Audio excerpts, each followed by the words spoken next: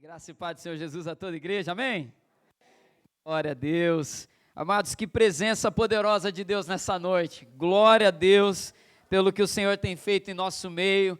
E já não é de agora, né, amados? O que o Senhor tem feito nos deixa até sem palavras de descrever. É difícil até descrever tudo que nós temos experimentado na presença dEle. E eu creio e convido você a crer junto comigo que nossos clamores, eles têm chegado até o trono da glória do nosso Deus. Deus tem ouvido, Deus tem recebido as nossas orações e nós precisamos crer de todo o nosso coração que enquanto nós fazemos, como aconteceu aqui hoje, enquanto clamamos e adoramos a Deus, Ele age em nosso favor. O Senhor continua cuidando da sua igreja e hoje, amados, nesse último domingo do mês, nós vamos receber uma palavra da parte do Senhor que vem nos preparar para o que nós vamos iniciar na semana que vem. A partir do próximo domingo nós vamos começar um propósito de 50 dias de oração, de jejum, de busca pela restauração em nossas vidas. 50 dias de restauração. E eu creio que há um mover espiritual que já começou a nosso favor. Eu creio que Deus já tem agido, o Senhor já tem liberado palavras. Ontem, por exemplo, nós tivemos aqui a pregação da Rebeca, que foi uma bênção, né? E nós recebemos aqui uma palavra do alto mesmo, e eu até conversava depois no final com ela, agradecendo. Quem estava aqui ontem vai se lembrar. Ela falou que foi uma briga muito grande para que ela trouxesse a palavra que ela trouxe aqui, porque não era a palavra que estava no coração dela, mas era a palavra que estava no coração de Deus. E é uma palavra que veio confirmar muita coisa que Deus já vinha falando aqui em nosso meio, o Senhor já vinha ministrando ao nosso coração. Então eu digo para você que o tempo de restauração já começou. Você crê nisso, amém? Já começou. Quero convidar você a abrir aí a sua Bíblia comigo, no Evangelho de João. Vamos abrir a palavra do Senhor, João capítulo 9, texto da palavra do Senhor que nós vamos receber nessa noite, iniciando, preparando o nosso coração para grandes coisas de Deus, para as nossas vidas. João capítulo 9, nós vamos fazer a leitura a partir do versículo número 1, João 9, versículo 1. Após a leitura da palavra, eu vou compartilhar com você o tema da mensagem dessa noite, e peço que você que puder, anote essa mensagem, já vai marcando, porque é uma mensagem que já vem trazendo para nós um ponto de partida para o propósito de 50 dias de restauração. João, capítulo 9, versículo 1, você achou aí? Diga amém. Amém. Diz assim a palavra do Senhor: enquanto Jesus caminhava, viu um homem cego de nascença, e os seus discípulos perguntaram: Mestre, quem pecou para que este homem nascesse cego? Ele ou os pais dele? Jesus respondeu: nem ele pecou, nem os pais dele, mas isso aconteceu para que nele se manifestem as obras de Deus. É necessário que façamos as obras daquele que me enviou enquanto é dia. A noite vem, quando ninguém pode trabalhar. Enquanto estou no mundo, sou a luz do mundo. Depois de dizer isso, Jesus cuspiu na terra, fez lama com a saliva e com a lama untou os olhos do cego. Então disse ao cego: vá lavar-se no tanque de Siloé. Siloé quer dizer enviado. O cego foi, lavou-se e voltou vendo. Então os vizinhos e os que antes conheciam de vista, como mendigo, perguntavam: não é este que ficava sentado pedindo esmolas? Uns diziam: é ele. Outros: não, mas se parece com ele. O homem dizia: sou eu. E então lhe perguntaram como foram abertos os seus olhos. E ele respondeu: o homem chamado Jesus fez lama, passou nos meus olhos e disse: vá ao tanque de Siloé e lave-se. Então fui, lavei e estou vendo. Somente até aqui. Feche os seus olhos. Você já orou aqui por mim nessa noite, o Rogério orou pela sua vida, e eu gostaria de, junto com você, orar por esse momento agora.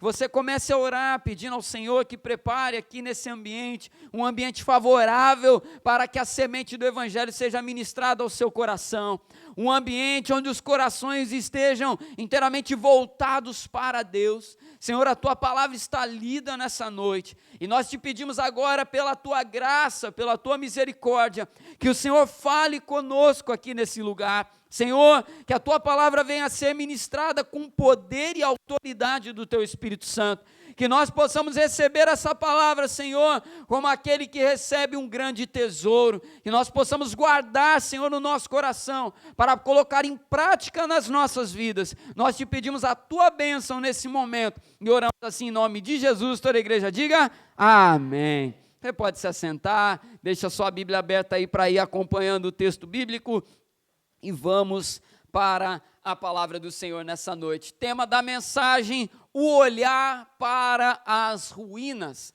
Tema da mensagem dessa noite: o olhar para as ruínas. Na quinta-feira, a Simone pregava aqui na Quinta Profética, e eu lembro que no final do culto, eu terminei dizendo o seguinte: Deus começou a falar. Que a mensagem que a Simone trouxe aqui tocou em muitos pontos que nós vamos ouvir aqui na palavra dessa noite. O Senhor já começou a tratar algo para as nossas vidas, e eu já adianto para você: a maneira como nós olhamos para as circunstâncias interfere muito na nossa caminhada. Precisamos estar atentos, amados, à maneira como olhamos para as coisas e as situações, porque não basta apenas olhar com atenção, é necessário olhar também de uma forma correta. Não basta apenas, Lucas, eu saber que aquilo está diante de mim, é necessário que eu olhe de uma maneira inteligente, de uma maneira sábia, de uma maneira como Deus quer que eu olhe. E para você entender bem esse texto, quero trazer algumas informações que são importantes para nós. Naquele tempo, não sei se você já ouviu isso em algum lugar, mas era comum na sociedade judaica daqueles dias, quando os cegos se encontravam naquela condição de cegueira total, eles eram tidos como incapazes para trabalharem no mercado daquele tempo. Um cego não tinha profissão. Um cego não podia desempenhar nenhum tipo de tarefa profissional. Um cego era um inválido. E naquele tempo não tinha o INSS, não tinha os recursos que nós temos hoje, não tinha auxílio para cego, não tinha nada disso. O único recurso que o cego tinha era de ir para a beira das ruas mendigar. A única opção que ele tinha. Não é à toa, se você ler aqui comigo, vem aqui no texto bíblico que nós lemos, no versículo número 8, olha o que diz aí o versículo número 8. Então, os vizinhos e os que antes conheciam de vista como mendigo perguntavam: não é este que ficava sentado pedindo esmola? Era comum, era o normal acontecer. Você vai se lembrar aí do cego Bartimeu. Quantos aí conhecem a história do cego Bartimeu? Cego Bartimeu era um mendigo que ficava à beira do caminho, Karen, pedindo ali esmolas. E um judeu piedoso naquele tempo, ele dava esmolas para todos aqueles que o pediam, porque 3 eram os pilares principais da adoração de um judeu naquele tempo. A primeira delas, a prática da oração; a segunda, a prática do jejum; e a terceira era a prática das esmolas. Então, o cego ficava à beira do caminho, e a única opção que ele tinha, Adriana, para ter recursos em sua vida, era mendigando. E os judeus que passavam davam ali um trocado para ele, era a maneira de garantir a sua sobrevivência. Estamos aqui diante de um homem cego de nascença, e é sobre ele que nós vamos tratar nessa noite, a relação dele com os discípulos e com Jesus. Primeiro ponto dessa mensagem para você marcar aí: não é hora de caçar culpados. Não é hora de caçar culpados. E aí eu quero ler com você o texto a partir do versículo 1. Vem acompanhando comigo aí, a palavra diz assim: enquanto Jesus caminhava, viu um homem cego de nascença. E os seus discípulos perguntaram: mestre, quem pecou para que este homem nascesse cego? Ele ou os pais dele? Essa pergunta que os discípulos fazem é uma pergunta muito comum para um judeu naquele tempo também. Havia um senso comum entre as pessoas, um pensamento que era comum, Douglas, do seguinte: se você nasce com uma cegueira, se você vem já de nascença com uma deficiência como essa, alguém, Oswaldo, pecou para nascer dessa maneira. Era um entendimento comum e havia-se inclusive discussões sobre isso, irmã Elza, para tentar descobrir quem era o culpado pela cegueira de um cego de nascença. E pasmem, havia também um pensamento, Rafael, de alguns judeus, não eram de todos, mas alguns judeus acreditavam, Zilma, que era possível um feto pecar na barriga de sua mãe. Por incrível que pareça, por mais estranho que isso possa parecer, havia um pensamento em uma certa corrente do judaísmo antigo que discutia Gabriel, até mesmo, será que ele pecou no ventre? Aí você fica imaginando, né, Idinha, como que peca dentro do ventre, né? Uma curiosidade aí, vamos quebrar a cabeça. Havia esse entendimento, havia esse pensamento. Algum culpado tem que ter para nascer dessa maneira. E os discípulos de Jesus começam então a debater quem é o culpado para ele nascer dessa forma. Eles chegam, Drica, diante de uma situação de calamidade, de desgraça que aquele homem carregava. E aí o questionamento, Gabriel, quem é o culpado para ele estar assim? Quem é o culpado, Ellen, para a situação estar dessa forma? E aí eles começam a perguntar para Jesus, os pais pecaram? Porque havia também esse pensamento, Kleber, se um pai peca, se uma mãe peca, poderia se gerar uma maldição que recairia sobre um filho ou uma filha. Se um pai pecasse, se uma mãe pecasse, havia um pensamento naquele momento de que se o meu filho vier com uma deficiência, é culpa provavelmente de um pecado de um de nós dois, do pai ou da mãe. E então começa aquela discussão, quem é o culpado? Quem pecou para ele ser dessa maneira? E os discípulos, Michele, estavam completamente impregnados com aquele pensamento. Eles foram influenciados por aquele pensamento. Uma influência de algo que era comum recai sobre os discípulos de Jesus. E eu digo uma coisa, Eliane, isso é algo que continua acontecendo até os nossos dias de hoje. É muito comum, é muito real que discípulos de Jesus caiam em debates inúteis, em discussões inúteis, por conta de que é algo comum no mundo afora. É normal, Viviane, essa discussão, então eu vou discutir também. É normal nos ciclos intelectuais, nos pensamentos, debater, Igor, essas coisas, então nós vamos debater também. É normal, Xande, então eu vou ter essa discussão também. Os discípulos foram influenciados por um pensamento, uma carga, irmã Elizabeth, negativa que impregnou no coração deles. Eles chegam diante de um cego de nascença e começam então a debater quem é o culpado para ele estar dessa maneira. E aí eu fico imaginando, eu sempre faço esse exercício, imagina, se coloca agora você no lugar daquele cego, você ali já está, Vilma, numa situação desagradável, está mendigando, não vê nada, e aí você começa a ouvir ainda as pessoas debatendo, quem será que pisou na bola para ele ou ela ser dessa maneira? Quem que é o culpado, Sabrina, para a situação estar dessa maneira aqui? Imagina o coração daquele cego ouvindo isso. Imagina você ouvir as pessoas debatendo pelo simples prazer, Simone, de debater quem é o culpado. Quem é o culpado? Eu não sei se você já passou por uma situação assim na tua vida, mas é extremamente desagradável. Você já está lá pulando fogueira, desesperado, tentando achar uma solução para o problema, e aí quando você chega perto de algumas pessoas, quem será que é o culpado para você estar assim? Quem será que é o culpado para você ter fracassado desse jeito? Ainda usa umas palavrinhas bem doces, né? Que é para ajudar mesmo, Rogério, a levantar, né? Alguém tem que ser culpado para isso. E o cego ouvindo toda aquela discussão, todo aquele debate, e então a gente percebe que até mesmo depois de curado, essa discussão continua. Vem comigo aqui no versículo 13, por exemplo, olha só, capítulo 9, versículo 13. Levaram aos fariseus aquele que antes era cego, olha só, já está curado. E era sábado o dia em que Jesus fez a lama e lhes abriu os olhos.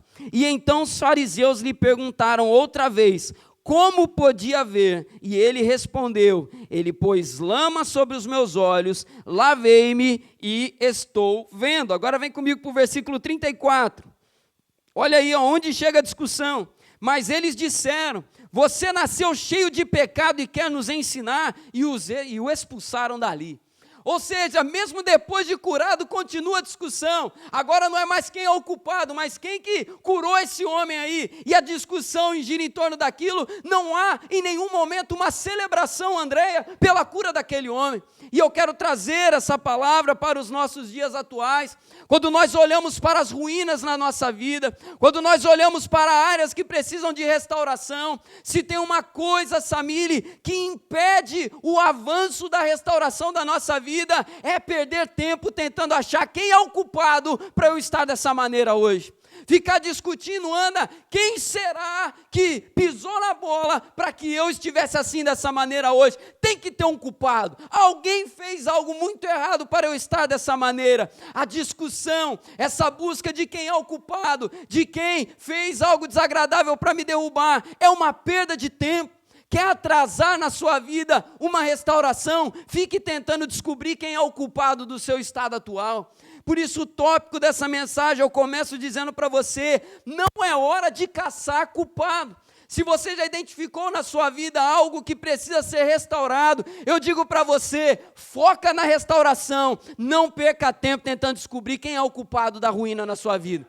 Não perca tempo com isso. Não perca tempo, porque a Bíblia nos mostra vários exemplos sobre como isso não serve para nada. Às vezes a gente fica ali tentando descobrir, muito mais interessado em jogar a culpa sobre alguém do que de restaurar algo na nossa vida. E aí eu gostaria de citar aqui com você 2 textos que reforçam o que eu estou falando aqui. 2 Timóteo, capítulo 2, versículo 16, você não precisa abrir, mas a palavra do Senhor declara que uma discussão inútil como essa, um debate inútil como esse, ele além de não gerar transformações, além dele não gerar restauração, ele nos faz avançar em direção à impiedade.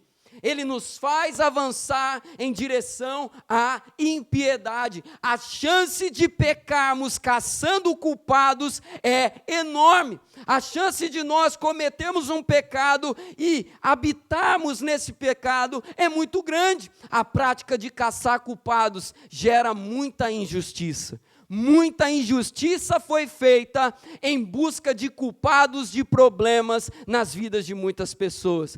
Muitos relacionamentos foram destruídos porque o maior objetivo da vida de uma pessoa se tornou, Fernanda, encontrar culpados. E ainda tem um outro texto também, Tito, capítulo 3, versículo 9, vai dizer para nós que essas discussões são inúteis e sem valor.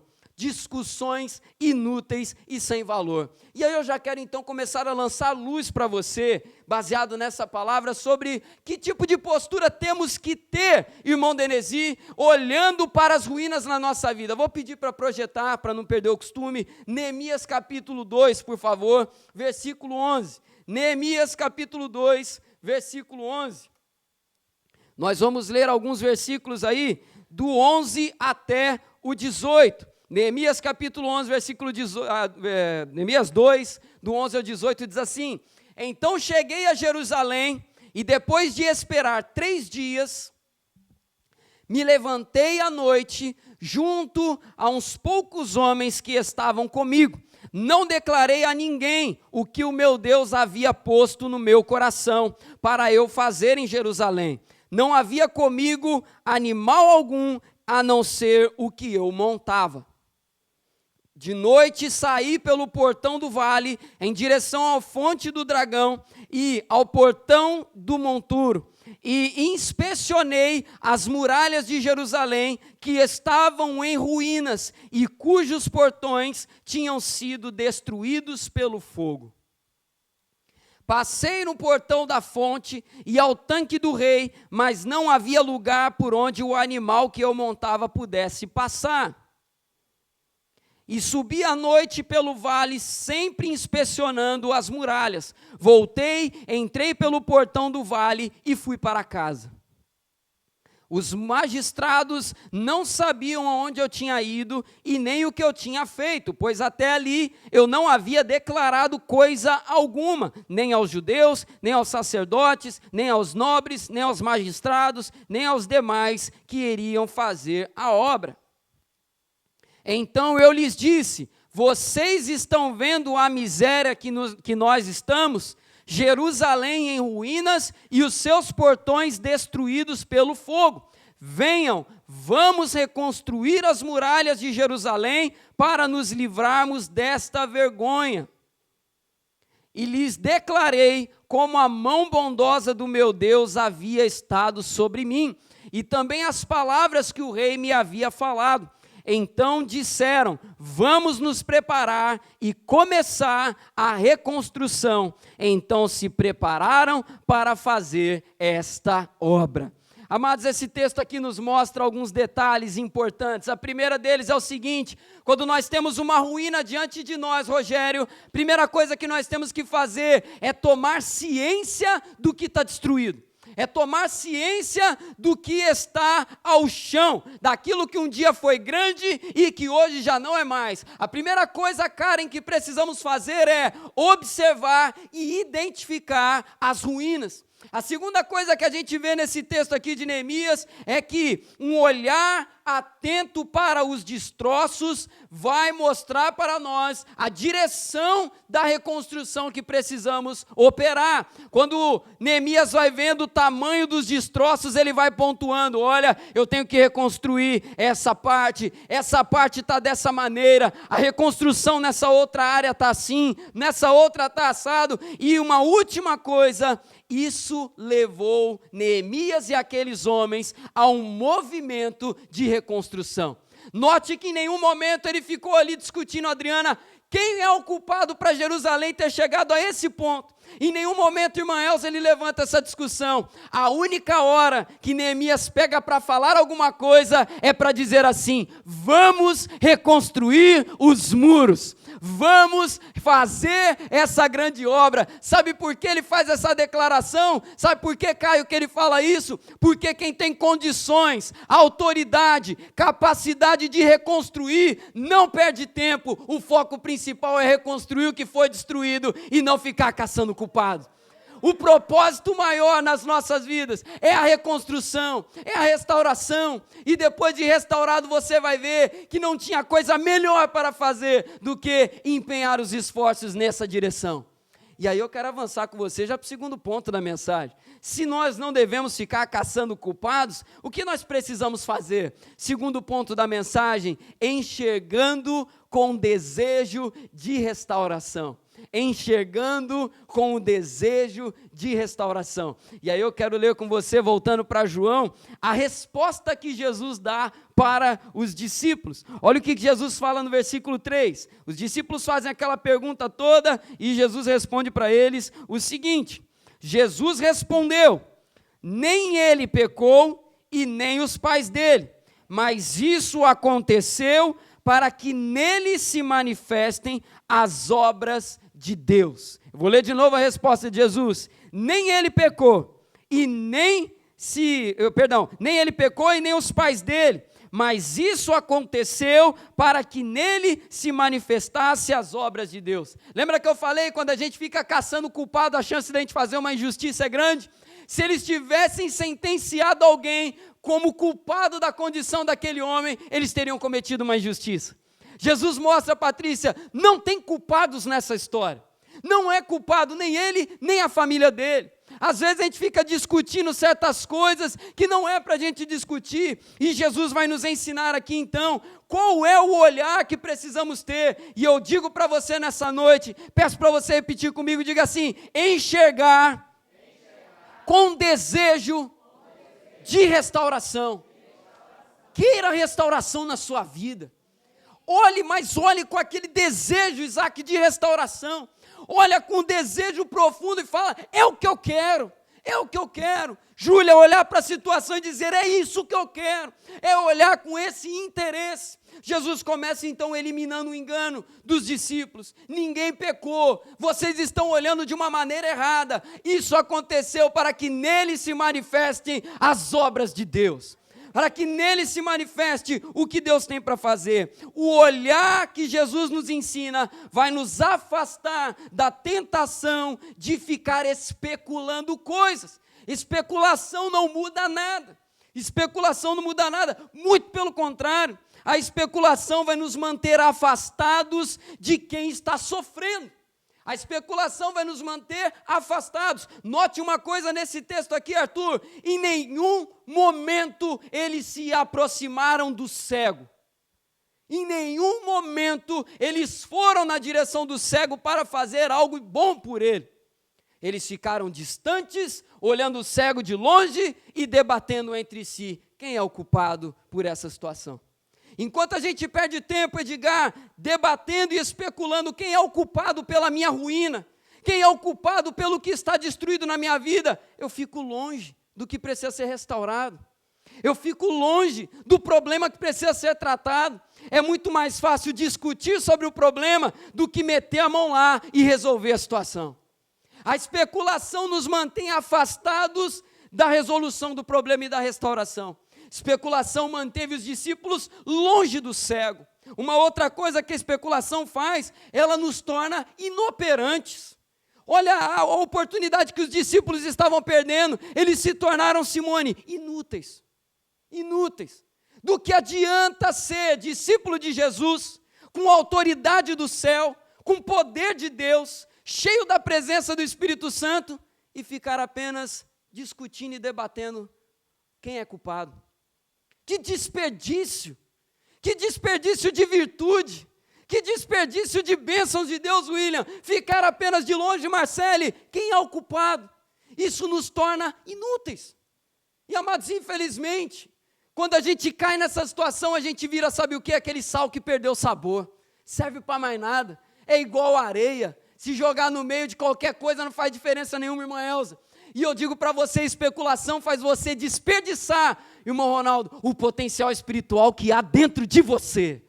O potencial espiritual que tem dentro de você para transformar realidades, para fazer e vivenciar grandes milagres no nome de Jesus.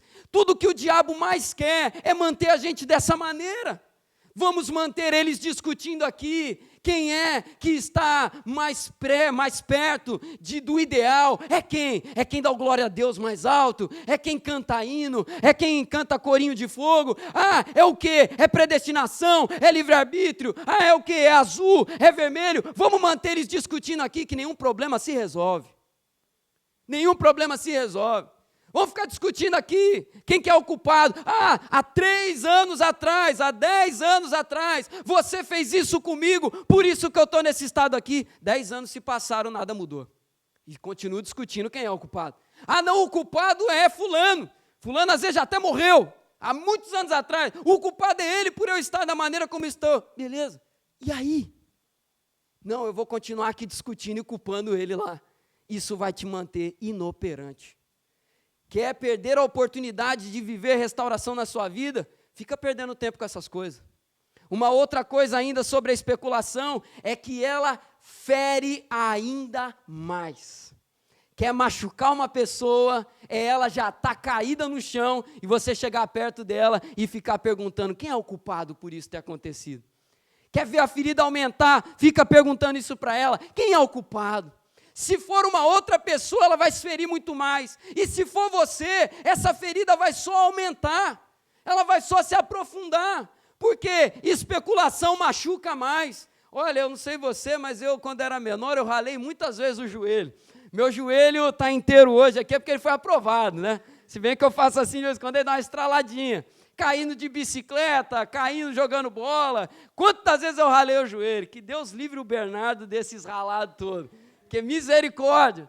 Agora, Quantos aqui já ralaram o joelho? Pessoal da antiga, né? Pessoal, a última geração, Rafael, que ralou o joelho andando de bicicleta, eu acho que foi a nossa, né? Pessoal de 94, pessoal, o restante é esse pessoal da geração do Edgar, do Isaac, jogou bolinha de gude no tapete de casa, né? Ah, pelo amor, né? A última foi a nossa.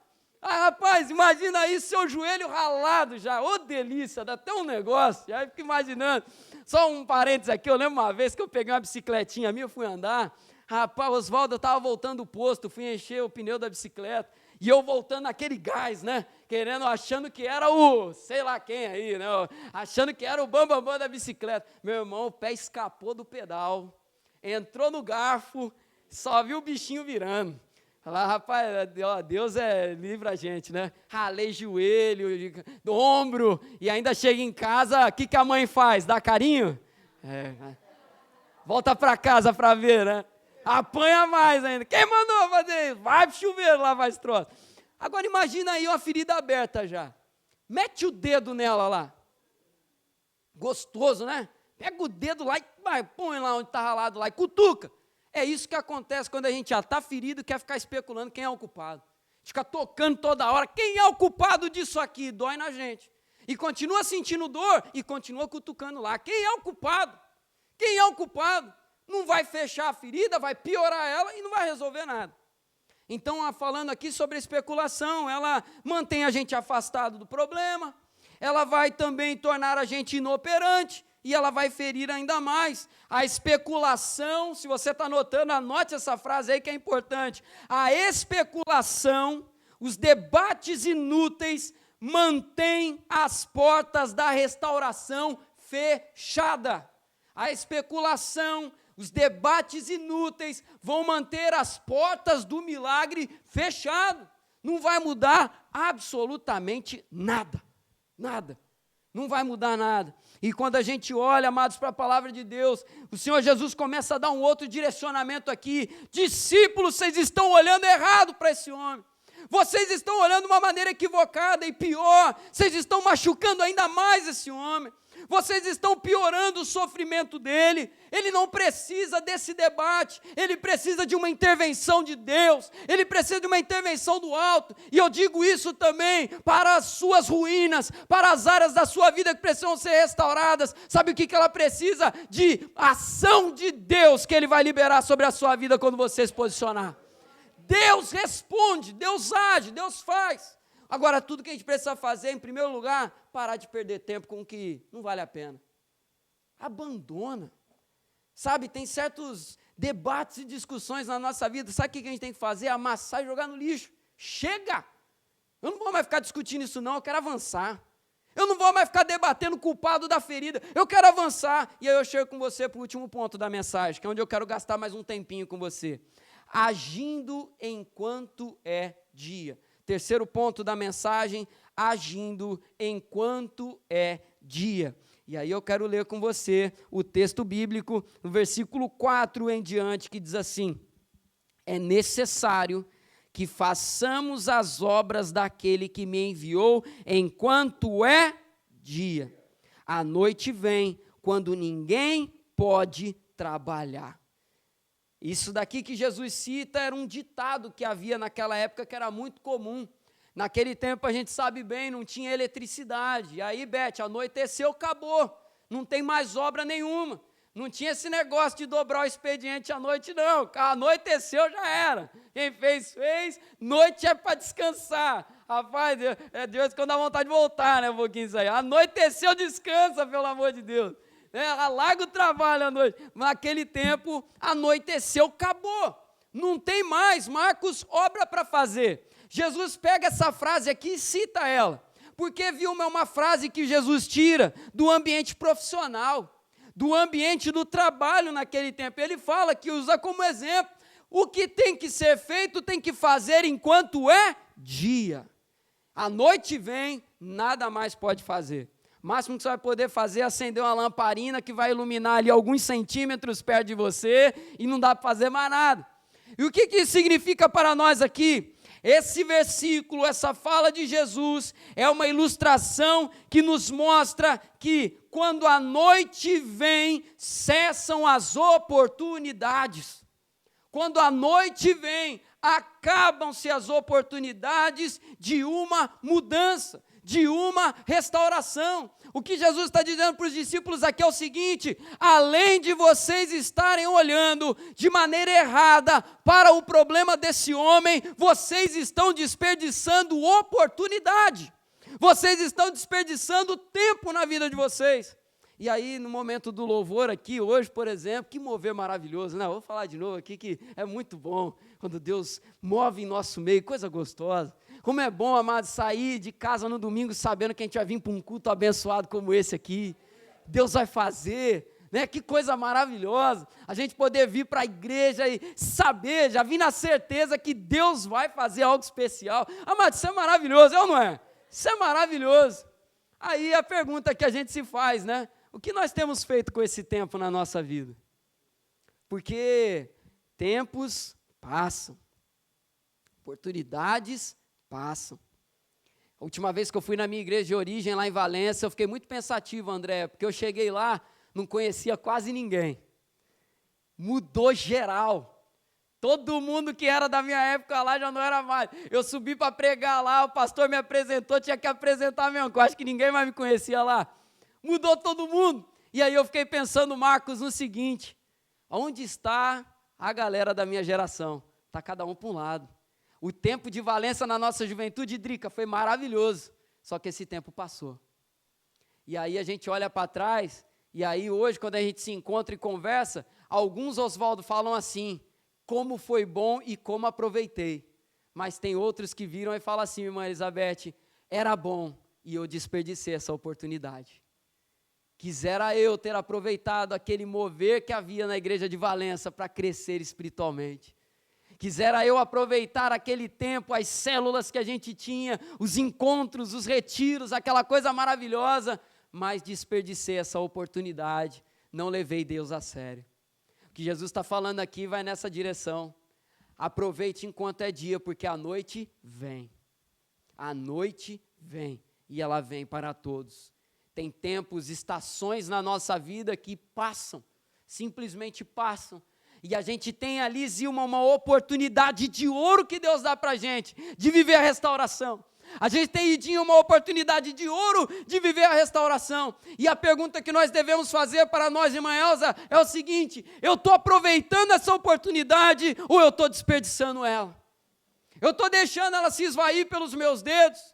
Eu estou aproveitando para viver o melhor de Deus? Ou lá na frente, Edgar, eu vou olhar para trás e vou dizer: quem dera eu tivesse aproveitado isso. Repito de novo que Jesus falou: é necessário que façamos as obras daquele que me enviou enquanto é dia. A noite vem quando ninguém mais pode trabalhar. A oportunidade, uma hora vai passar e nós não teremos mais o que fazer. E uma hora a gente vai olhar para trás e já foi. E aí nós destacamos aqui, os discípulos olharam para o cego e disseram: quem fez? Jesus nos ensina a fazer outra coisa. Ele olha para o mesmo cego, ele olha para a mesma situação e pergunta: o que nós podemos fazer? Olha como que é diferente. Os discípulos olharam, Gabi, para o cego e perguntaram: quem fez? Quem foi a pessoa? Jesus nos ensina uma outra coisa, Grazi. Olha para esse mesmo cego e pergunta: o que nós podemos fazer? O que eu posso fazer nessa situação? O que Deus pode fazer através da minha vida diante desse cego? Jesus nos ensina a ter um olhar diferente. E aí eu convido você para olhar para essas ruínas da sua vida, para o que está destruído, e não ficar mais caçando o culpado, mas perguntar: Deus, hoje, diante dessa situação, o que eu posso fazer agora? O que eu posso fazer? Essa é uma pergunta que quem faz é quem tem fé no Deus que restaura. A gente faz, Marcelo, essa pergunta, sabe por quê? Porque eu creio que Deus vai fazer alguma coisa. Eu creio que alguma coisa Deus vai fazer. Tem hora que vai com a nossa expectativa, tem hora que não vai, mas alguma coisa acontece.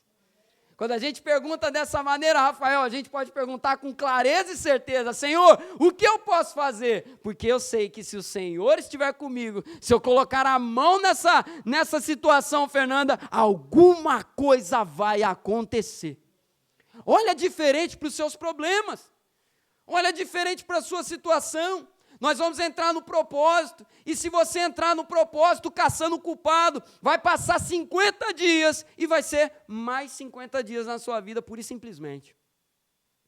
Já muda o olhar desde agora, já muda o olhar desde agora. Até ontem você podia caçar culpado, hoje não mais, hoje não mais. Se você caçou culpado até ontem, caçou. Quem não caçou, não caçou, graças a Deus. Se não fez, graças a Deus. Mas a partir de agora, olha diferente e pergunta: Senhor, o que eu posso fazer agora? O que eu posso fazer nesses 50 dias? De repente, sabe o que Deus vai te mover? De repente, Deus vai te mover a orar de madrugada. De repente, o Senhor vai te mover a jejuar. De repente, o Senhor vai te mover a procurar alguma pessoa. De repente, Deus vai te fazer tomar alguma atitude de fé, alguma atitude que você não tomou até agora. De repente, o Senhor vai te dar uma direção, como a Rebeca falou aqui ontem, uma direção muito doida, porque Deus gosta dessas coisas mesmo. E eu digo para você, não tenha medo de atender a voz de Deus. Não tenha medo de atender a voz de Deus. Eu estava estudando esse texto e eu vi algo que eu faço questão de compartilhar com você aqui, caminhando para encerrar essa palavra. Um teólogo que eu gosto muito, chamado William Hendrickson, que foi um grande estudioso de Novo Testamento, ele, falando sobre esse texto aqui, ele fez um comentário que eu achei muito interessante, compartilho com você agora. Quando alguém cruza o seu caminho, você pode ter pelo menos 3 maneiras diferentes de agir. A primeira delas é: se ele despertar em você inveja, você pode pegar pedras e atirar nele. Essa é a primeira reação. De repente, despertar no seu coração inveja, você pode querer pegar uma pedra e acabar com aquilo que ele tem que você não tem. Só que uma segunda maneira é a seguinte: se ele despertar em você um desejo por mais informação, ou seja, querer ficar especulando muito, você pode tentar satisfazer a sua curiosidade, fazendo perguntas sobre ele, a fim de, quem sabe, resolver algum enigma teológico, alguma explicação. Não, eu quero saber quem é o culpado, eu vou caçar para poder dizer para ele: o culpado é fulano de tal. E está resolvido o negócio, resolvido nada. Ou um terceiro olhar que a gente pode ter é despertar em nós o amor, a compaixão no nosso coração, que vai fazer você simplesmente ajudá-lo. Sabe o que Jesus pega e faz? Olha só, eu brinco dizendo que esse talvez tenha sido o milagre mais nojento, né, que Jesus fez, né? Jesus cospe na terra, faz ali um barrinho com saliva, hein? Que maravilha, hein? Ainda bem que o homem era cego, né? Nem viu. Se ele tivesse visto, talvez ele teria corrido. Fala: vai colocar esse negócio na minha cara? Olha o que Jesus faz aqui, ó. Vem comigo no versículo 6. Olha o que Jesus faz. Depois de dizer isso, Jesus cuspiu na terra, fez lama com a saliva e com a lama untou os olhos do cego. E então disse ao cego: vá lavar-se no tanque de Siloé. Siloé quer dizer enviado. O cego foi, lavou-se e voltou vendo. Sabe o que Jesus faz aqui?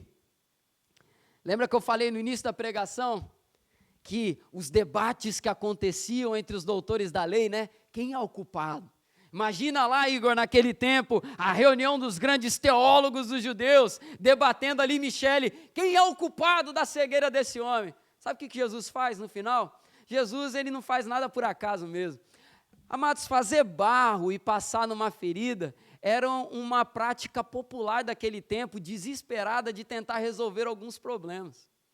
Uma pessoa sem informação nenhuma, Viviane, desesperada, está enfermo, pegava, fazia um barrinho lá e tentava passar onde estava machucado para tentar resolver.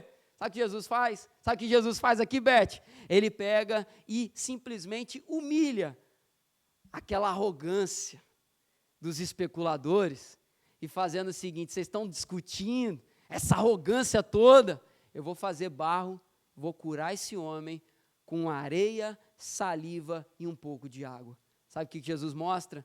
O poder da ação é muito maior do que o poder da especulação. O poder da ação é muito maior do que conversas inúteis.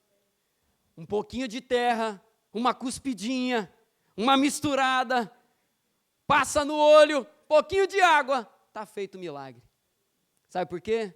Não é a terra que é poderosa, não é o cuspe poderoso. Dizem por aí que tem uma igreja chamada Cuspe de Cristo. Eu me recuso a acreditar nisso. Eu me recuso. Mas não era a terra, não era o cuspe, não era o tanque, era o poder de Deus. Sabe o que isso significa? Uma direção de Deus, mesmo que com cuspe e um pouquinho de terra, é muito melhor do que perder tempo com coisas que não resolvem problema nenhum. Tenta caçar culpado. Não, eu vou para o joelho. De repente alguém vai chegar para você e vai falar assim, Zilma, não adianta ficar orando, não. Não vai mudar esse negócio, não. De repente alguém, Douglas, vai chegar e falar, não adianta ficar orando, não. Olha aí, não muda nada. Só que aí a gente responde, o poder da oração é muito maior do que a especulação. Uma direção de Deus vale muito mais do que as minhas arrogâncias e pensamentos que não fazem nada. Por isso eu encerro dizendo para você nessa palavra o seguinte, creia nas palavras que Deus libera sobre a sua vida. Creia porque ela sim é muito mais poderosa do que qualquer perda de tempo na nossa vida. Nós vamos entrar nesses 50 dias a partir de semana que vem. E eu encerro essa palavra com as últimas palavras aqui. E grave bem no seu coração isso, por favor, porque é uma direção que eu dou para você no temor do Senhor. Se Deus te der uma direção, nesse período que nós vamos entrar, não pense duas vezes. Senhor, não faz sentido cuspir na terra, que negócio louco é esse? Se é direção de Deus, faça enquanto é dia. Não espere anoitecer para depois ficar pensando, se eu tivesse feito, será que teria resolvido alguma coisa? Não sofra da dor de quem desperdiça oportunidades. Em nome de Jesus. Você recebe essa palavra, amém? Amém. Vamos colocar de pé. Feche seus olhos, vamos orar. Coloque uma de suas mãos sobre o seu coração e reflita um pouquinho no que você acabou de ouvir. Reflete aí um pouquinho, traz à sua memória os pontos que foram falados aqui. Não é tempo de caçar culpado mais. Não é tempo mais de ficar tentando encontrar quem foi o culpado para a ruína que está aí. Não é mais esse tempo. Uma segunda coisa que nós ouvimos aqui, o negócio é olhar da maneira correta para a ruína. O olhar da maneira correta que Jesus ensina. Não é quem fez, não é quem é o culpado, é o que nós podemos fazer agora. E o terceiro ponto é, faça enquanto é dia. Faça enquanto você tem oportunidade de fazer. Ontem a Rebeca ministrou aqui essa palavra, né? E ela falava isso, ela falava, olha, não importa se é loucura, não importa, porque Deus age de maneira louca mesmo. Ela citava aqui o deserto do Negueb, que era um dos desertos mais áridos daquele tempo, e até mesmo sobre aquele deserto, tinha uma época do ano que vinham torrentes de água sobre ele ali, e não interessava a realidade dele antes ou depois dessas torrentes, o negócio é que quando essa água descia, a realidade mudava ali tudo. Não interessa se faz sentido ou se não faz, mas pastor, é deserto o negócio, como que vai mudar? Não interessa. Quando as águas de Deus são liberadas, quando a gente abre para que as águas do Senhor venham sobre nós, não tem realidade que se mantenha, não tem milagre que não aconteça se nós estivermos ali com o coração disponível diante do Senhor. Não há milagre que não possa acontecer. Traga à memória agora aquilo que vai ser talvez o seu alvo de oração nesses 50 dias, ou um dos alvos. Talvez a ruína que você vai orar nesses 50 dias seja o seu ministério, seja o dom do Senhor na sua vida, talvez seja alguma questão familiar, talvez seja alguma questão profissional, talvez seja alguma coisa emocional, não sei qual vai ser o motivo da sua oração, Mas a única coisa que eu trago para nós aqui nessa noite é: olha da maneira correta, por favor. Senhor Deus, nós oramos a Ti, te agradecemos por essa palavra. Obrigado, Senhor, porque Tu és o Deus que fala conosco. Tu és o Deus que fala aos nossos ouvidos e traz palavras que precisamos. Continue, Senhor, ministrando os nossos corações. Continue nos levando na direção, ó Pai, que o Senhor tem para nós. E que nós não venhamos a caminhar, Senhor, por aquilo que nós queremos. Que a gente não venha, Senhor, a caminhar por aquilo que faz sentido. Que nós estejamos muito mais disponíveis a fazer o que Deus quer, em nome de Jesus. Faça isso em nós, Senhor. É o que te pedimos em nome de Jesus.